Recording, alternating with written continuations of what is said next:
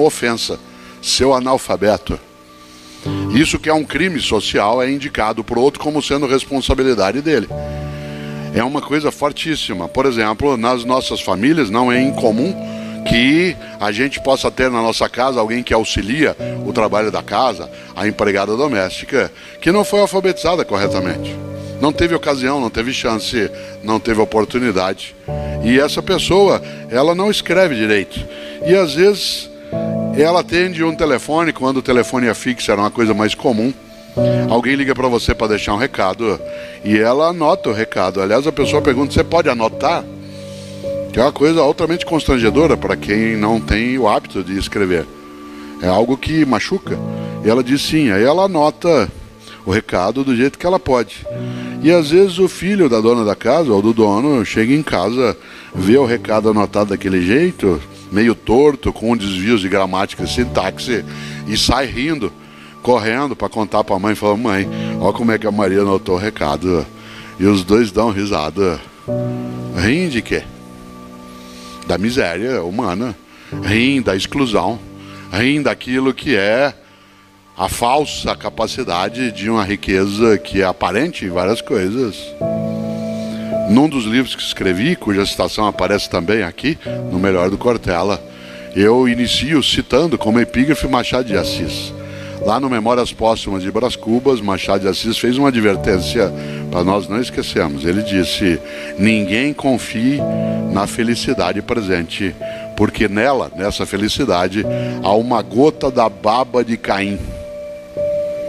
Olha só, ninguém confie na felicidade presente, porque nessa felicidade há uma gota da baba de Caim, isto é, do primeiro fratricídio.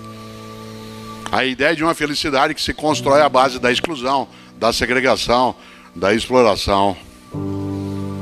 Interessante, isso que é recusável. E quando alguém recusa, que é uma expressão de ser um humanista, você é chamado de comunista. Como se a defesa da ideia da fraternidade, da igualdade, da liberdade, levantada um dia no século XVIII também pelos franceses, que isso fosse algo a ser esquecido na história. Ao contrário, é isso que impede a noção de igualdade, de liberdade, de fraternidade, que a gente esgote e apodreça a nossa própria humanidade. E a literatura, ela permite que a gente caminhe para dentro de um mundo de igualdade, liberdade e fraternidade, ou não. Não é qualquer livro que é bom. Não é qualquer livro, não estou falando bom por conta de bem ou mal escrito, mas você tem livros que também contribuem para o fratricídio, como Mein Kampf, né? O Minha Luta, do Adolf Hitler, e outras obras trazidas aí, cujo sentido é a exclusão, o descarte, a negação. E é curioso porque quando a gente lembra dessa condição, é necessário entender que é cautela quando a gente ri de alguém que não é alfabetizado. Às vezes, quando algum adversário meu de ideias, e eu os tenho e preciso tê-los, eu também sou adversário de outras pessoas, né, no campo das ideias, seja na política, na filosofia. Às vezes, quando essa pessoa quer me ofender, uma ou outra, para me ofender, ela diz assim, o Cortella é um analfabeto funcional. Como se o analfabetismo pudesse ser colocado como sendo uma ofensa, quando é um crime social. É, portanto, algo a ser indicado numa outra direção. E eu falo isso porque milhares e milhares de homens e mulheres no Brasil ainda não se alfabetizaram de maneira mais plena. E eu fui visitar essa escola em 1991. Em 1991 fazia 3 anos do meu primeiro livro. E eu não tinha ainda um segundo. Porque o primeiro livro é em 1988 e o segundo será só em 1998, 10 anos depois. Eu sempre lembro, o difícil não é escrever o primeiro livro, é o segundo. Porque o primeiro você pode até ter feito por acaso. A editora chamou, se confundiu, te publicou, certo? No segundo já é mais difícil. Né? Por exemplo, esse é o meu 4º livro pela editora Planeta. Aí eu tenho 12 livros na editora Papiros, tenho 12, né, na editora Vozes, tenho vários na editora Cortez. Né? E que o professor possa ser convidado um dia, que seja qual for, professor ou professor, fazer uma obra, ótimo. Mas o segundo é que é a aprovação. Entre meu primeiro livro e o segundo tem um tempo de 10 anos, e eu coloco isso na introdução do livro. Entre o segundo e o terceiro, já é menos tempo. Entre o terceiro e o quarto, menos ainda, porque aí você começa não só a entrar num circuito, como a ter um prazer e um modo de produzir que é muito mais veloz. Hoje eu tenho produzido, publicado, uma média, né, de 2, 3, 4 livros num ano, né, em momentos diferentes, situações diferentes. E é interessante porque em 1991, fazia apenas 3 anos do meu primeiro livro, eu visitando essa escola. Quando eu cheguei na escola, era de manhã, eu vi um casal de idosos cuidando do jardim. Cuidando do jardim. Cuidando das flores, das coisas. E eu cheguei para eles e falei assim, vocês estão cuidando do jardim? Vocês trabalham aqui? Achei estranho porque parecia... Eu não sabia a idade naquela hora, mas pareciam bem idosos. E eles disseram não. Falei, como é que vocês chamam? Falei, nós somos casados. Eu me chamo João e ela se chama Maria. Nossa, parecia uma história, João e Maria. Falei, quantos anos o senhor tem, seu João? Ele falou, eu tenho 90 anos. E a senhora, dona Maria? Eu tenho 88. Falei, o que vocês estão fazendo? Se vocês não trabalham na escola, nós estamos cuidando do jardim. Sabe por quê? Porque essa escola faz com a gente uma coisa maravilhosa. Ela está nos ensinando a ler e escrever. A gente frequenta à noite aqui as aulas. E como a gente está sendo ensinado, a gente queria retribuir. E o nosso jeito de retribuir, o que a escola faz por nós, é cuidar do jardim. Você já imaginou? Falei, que ótimo! E aí que tem uma brincadeira muito forte, porque, não sei se você sabe, quando a gente reúne vários textos, várias ideias, vários contos num único livro, o nome que se dá é antologia. Antologia. E o nome antologia não é casual, porque no grego antigo, antologia significa ramalhete de flores. Da onde vem, por exemplo, uma flor que muitos conhecem, que é antúrio. A noção de antologia é quando você reúne várias flores num lugar. E os dois estavam ali cuidando do jardim da escola, cuidando das flores. E eles cuidavam das flores, sabe por quê? Porque eles queriam retribuir o que se fazia para eles. Claro que ali havia um desvio de interpretação política. Eles não tinham que retribuir. Eles tinham que receber da parte dos governos, inclusive do meu, como eu estava, desculpas por não terem sido alfabetizados, embora como cidadãos pagassem os tributos e não recebessem o serviço de educação escolar de volta. Mas eles queriam. Muito simpática a ideia. Faziam isso com gosto. Eu falei, que ótimo. Falei, seu João, por que o senhor está se alfabetizando agora, aos 90 anos de idade? Obviamente que ele já faleceu, estou falando de alguma coisa que aconteceu em 1991, ela também. Eles disseram, sabe o que é? Moço, sabe, eu queria aprender a ler e escrever, porque eu queria ser engenheiro. Na hora eu fiz todas as contas. Engenheiro. Ele estava fazendo uma coisa que na época a gente chamava de suplência 1. Depois ele teria que fazer suplência 2, suplência 3. Depois ele teria que fazer, né, vestibular, entrar na universidade. Claro que ele não seria engenheiro. A probabilidade ia ser muito reduzida. Mas não tem importância. Ele sonhava. Ele sonhava. Aos 90 anos ele sonhava em ser engenheiro. A condição social dificultaria, o analfabetismo dificultaria, mas não tinha importância. Para ele, ele ia toda noite à escola, porque aos 90 anos ele ia ser engenheiro. Ele tinha um sonho que ia adiante e ele ia atrás. E porque ele sonhava em ser engenheiro, ele achava, com toda alegria, que aquilo seria possível, de manhã ele cuidava das flores na escola gratuitamente, para poder enfeitar o lugar onde ele poderia um dia ser engenheiro. E eu falei para ele, e a senhora, dona Maria? Claro que eu demorei para deglutir o que ele disse. Falei, e a senhora está se alfabetizando agora, com 88 anos, por quê? Ela falou, sabe o que é, moço? E eu trabalhei quando eu era menina, logo depois dos 12 anos de idade, eu trabalhei muitos anos na casa de um homem que escrevia livro.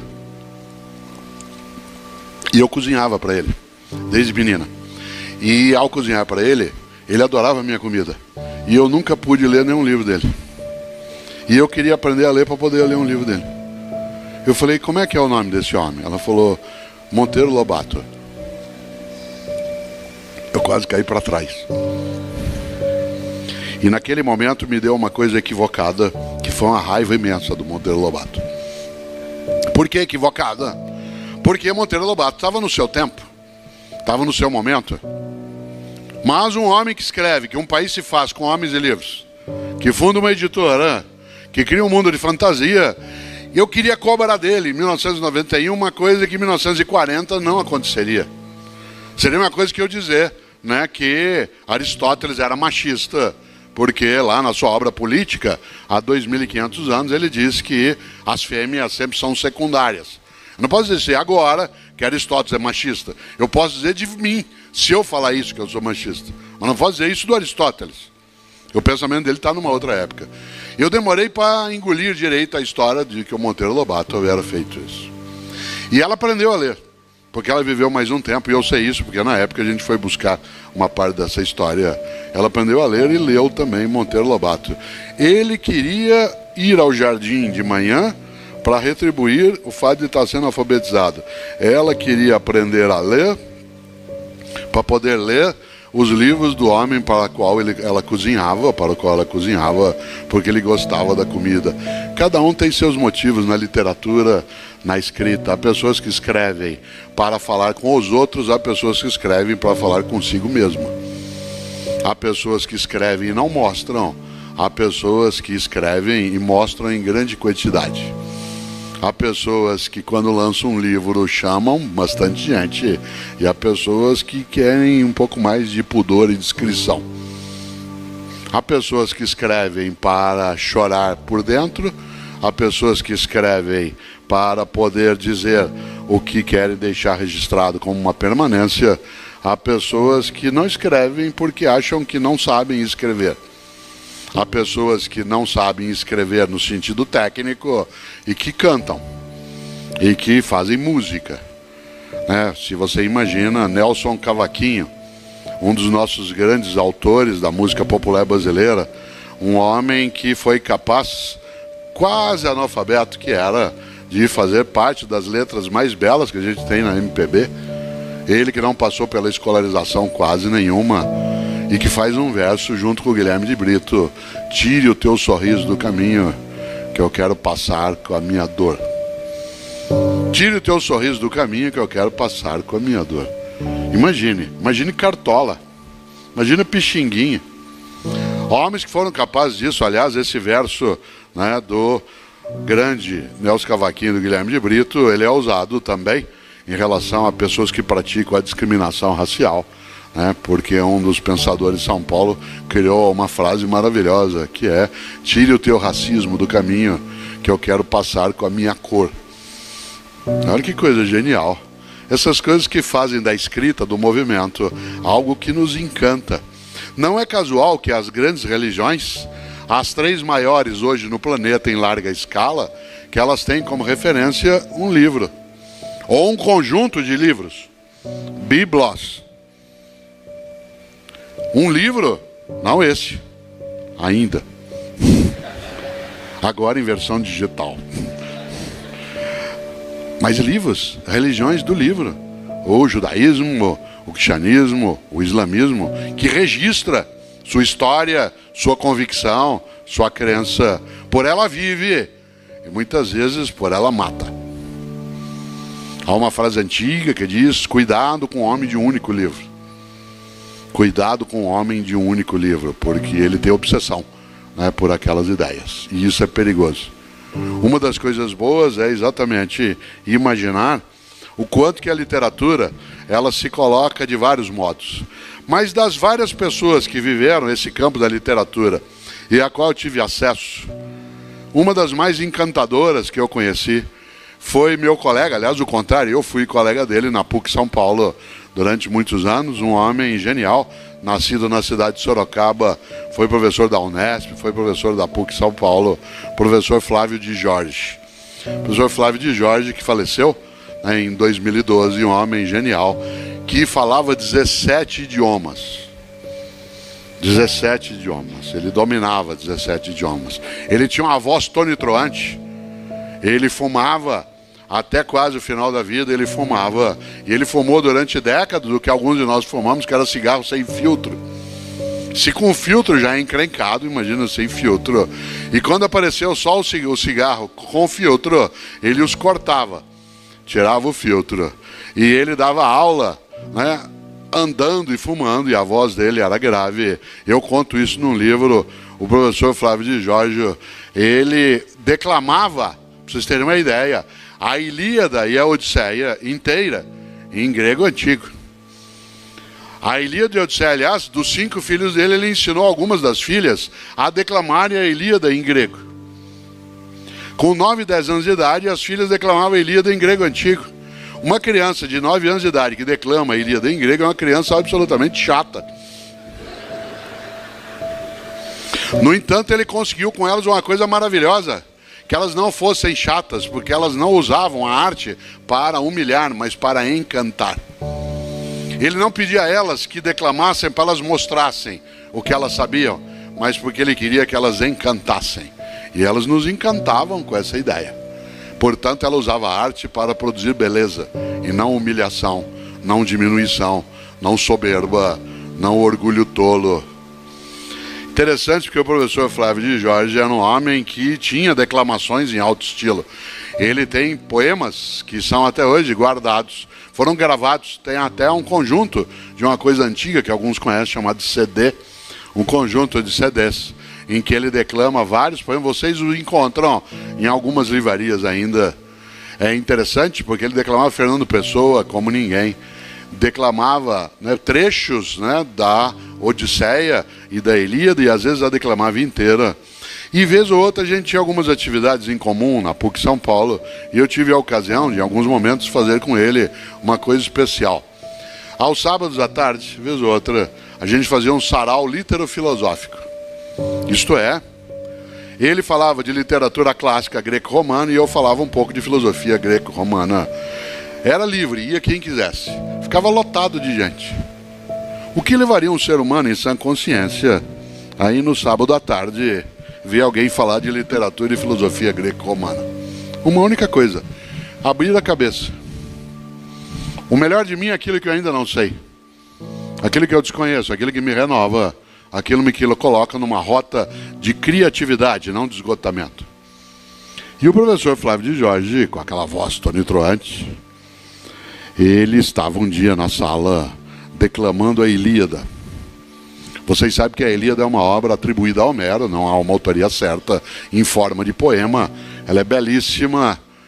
Ela tem uma versão para crianças da Ilíada Odisseia. A melhor tradução para crianças que eu já vi é da Ruth Rocha, que tem Ilíada e Odisseia. Se você tiver crianças, você faça isso. Leia para elas. A obra em si, para adultos, ela é um pouco mais sofisticada. Mas para crianças, a Ilíada e a Odisseia, na versão feita pela escritora Ruth Rocha, ela é quase imbatível. E é maravilhoso imaginar o quanto que essa literatura percorre o tempo. Vocês sabem que não se tem certeza se Homero existiu. Ainda assim se acredita que talvez fosse um conjunto, né, de escritores que acabou sendo denominado Homero. Também na Bíblia dos judeus, dos cristãos, também existe isso. Não há necessariamente a autoria dos livros. Às vezes se dava um nome genérico e aí ele é que ficava como autor. Pois bem, a Ilíada trata, como sabem, da Guerra de Troia, na sua fase inicial, quando os gregos vão lá buscar Helena e retirá-la, né, dos braços de Páris, né, retirá-la daqueles que a raptaram. A Ilíada trata da morte de Aquiles. A outra obra chama Odisseia. Trata da vida de Ulisses. Ora, se a obra trata do Ulisses, por que ela não chama Ulisseia? Porque Ulisses é o nome romano de um grego chamado Odisseu. O nome grego de Ulisses é Odisseu. Ulisses é o nome romanizado. Por isso a obra se chama Odisseia, que conta a história de Ulisses. A Ilíada conta a história de Aquiles.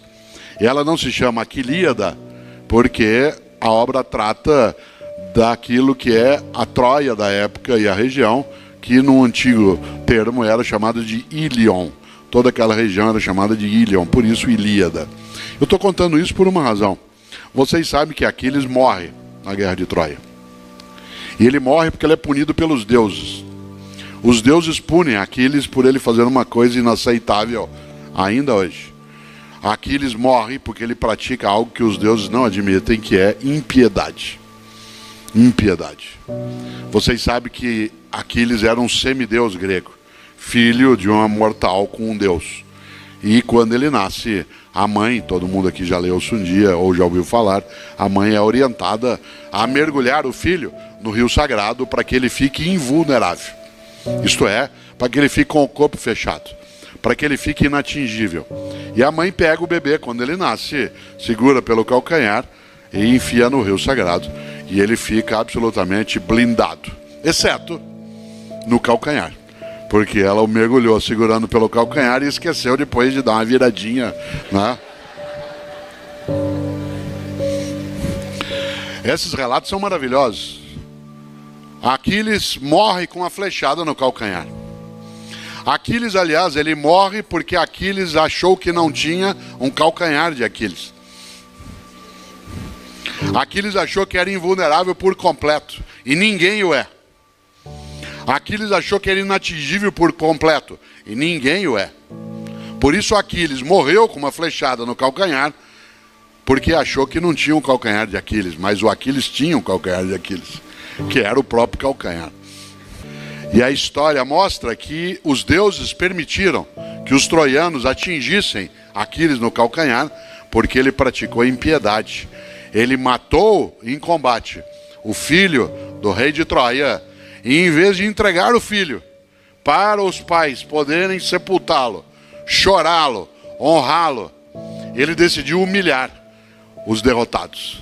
E ele amarrou o corpo do filho do rei de Troia numa biga, aquele carro de 2 cavalos, e em vez de entregá-lo à família, para que a família o desse a ele um sepultamento e pudesse pranteá-lo, chorá-lo, ele ficou com o cadáver na frente das muralhas de Troia, arrastando para lá para cá até destruir o cadáver. Impiedade. Uma pessoa ímpia é aquela que vence e humilha, derrota e ofende, ultrapassa e esmaga. Piedade é uma virtude. É a virtude de vencer sem esmagar, derrotar sem ofender, ultrapassar sem humilhar. Aquiles ensina na Ilíada que não se admite a impiedade. Um dia nós vamos morrer, mas todos os outros dias não. Por isso, é exatamente nesses outros dias que a gente não vai morrer, que a gente pode sim construir aquele momento de felicidade.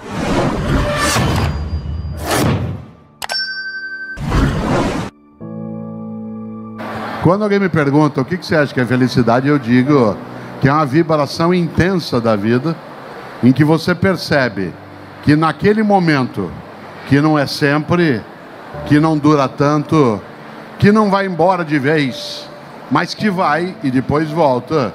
Isto é, a felicidade como uma circunstância é um momento em que você percebe que a tua vida se completa naquele instante e que você até poderia deixar de viver. Não é que você deseje fazê-lo, mas você poderia deixar. Porque a vida vibra, não é sempre, insisto, não é o tempo todo, não é de todos os modos, mas não é nunca. E eu quero contar algo, antes que o Pondé levante também a reflexão boa que faz, que talvez aquilo que mais esclarece para mim algo, durante anos meus filhos cresceram, vendo isso que eu vou contar agora, afixado do lado de fora da geladeira em casa. E agora os meus netos têm isso, que eu passei uma cópia para cada um. Eu gosto muito de história em quadrinhos, entre elas a história do Charlie Brown. Charlie Brown, como sabem, ele é a encarnação do derrotismo. Ele é a encarnação daquilo que é o desespero, da vida que não funciona, da existência que não faz sentido. Ele parece o Pondé, né? E é interessante, né? O Charlie Brown, ele tem, claro, com ele um cachorro